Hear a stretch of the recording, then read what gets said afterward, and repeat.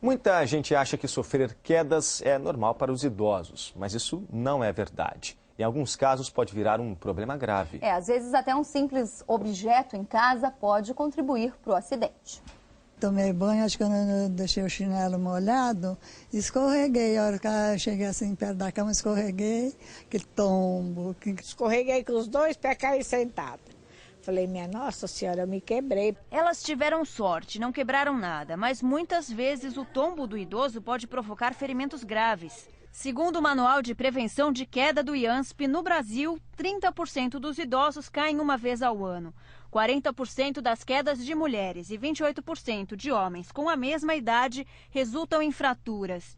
E 2/3 dos idosos que caíram uma vez poderão voltar a cair nos próximos 6 meses. Por ter osteoporose, artrose, principalmente a osteoporose, aumenta o risco das fraturas, a artrose dificulta a recuperação do equilíbrio e a instabilidade postural. Então, ele tem menos recursos para manter o equilíbrio, tem menos recursos para se proteger do impacto e tem maior risco, pelas condições, desse impacto gerar uma fratura, um dano, uma contusão, uma hemorragia. Além dos ferimentos, o idoso pode desenvolver uma síndrome pós-queda. Um idoso que sofreu uma queda caminhando na rua, por exemplo, ele pode criar um trauma e ficar com medo de executar a tarefa novamente, mesmo depois da recuperação. Uma das consequências é perder a autoconfiança e ficar dependente da ajuda de alguém para conseguir sair de casa. Tem que dar para ele uma condição de controle da dor, a condição de fortalecimento da musculatura, treinar novamente o mecanismo de marcha, o mecanismo de equilíbrio, para que ele ganhe confiança. Isso geralmente exige um trabalho de fisioterapia, temporariamente uma bengala, um andador.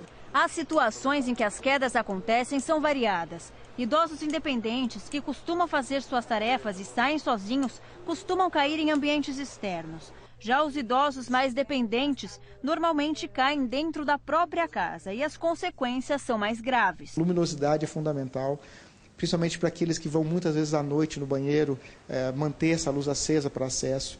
Ter um trânsito livre, sem obstáculos, muitas vezes um chinelinho no meio do caminho, um tapete no meio do caminho à noite não é visto. Colocar barras de ferro no banheiro para ajudar o idoso a se apoiar, pisos antiderrapantes e rampas no lugar de degraus ajudam a evitar os acidentes. É feito o banho na cadeira.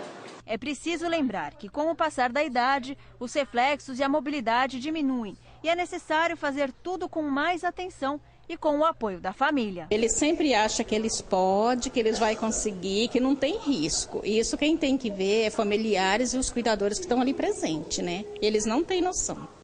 E a diminuição da visão e da audição também pode contribuir para essas quedas. Até alguns remédios usados pelos idosos podem causar alteração no equilíbrio, Daniel. E alguns alimentos ajudam a evitar doenças. Vamos saber quais são eles com a repórter Viviane Cesarino. Qual é a orientação dos nutricionistas, Viviane? Danilo, a principal orientação dos nutricionistas é consumir cálcio, muito cálcio, desde pequenininho até ficar bem velhinho. É o que eu vou falar agora com a nutricionista. É o cálcio que previne a osteoporose, né?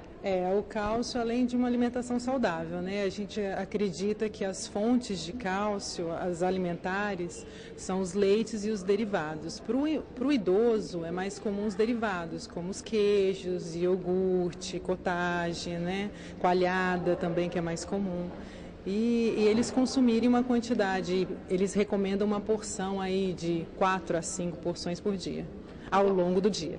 Desculpa. Agora, se o idoso ele não consumiu quando era pequeno, quando era criança, dá tempo de recuperar isso depois?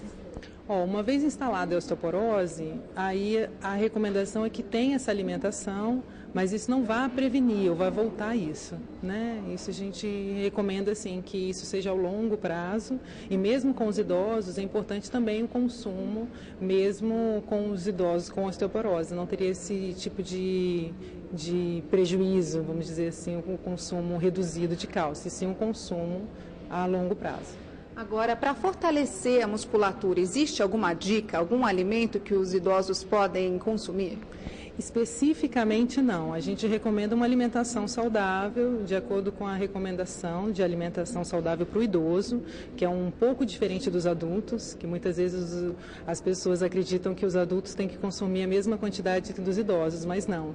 Tem alimentos específicos e recomendações diferentes de adulto para idoso. Então, as recomendações são sempre de alimentações saudáveis, especificamente algumas, dentre elas o cálcio e a vitamina D também. Muito obrigada pela entrevista, Danilo. Eu agradeço as informações.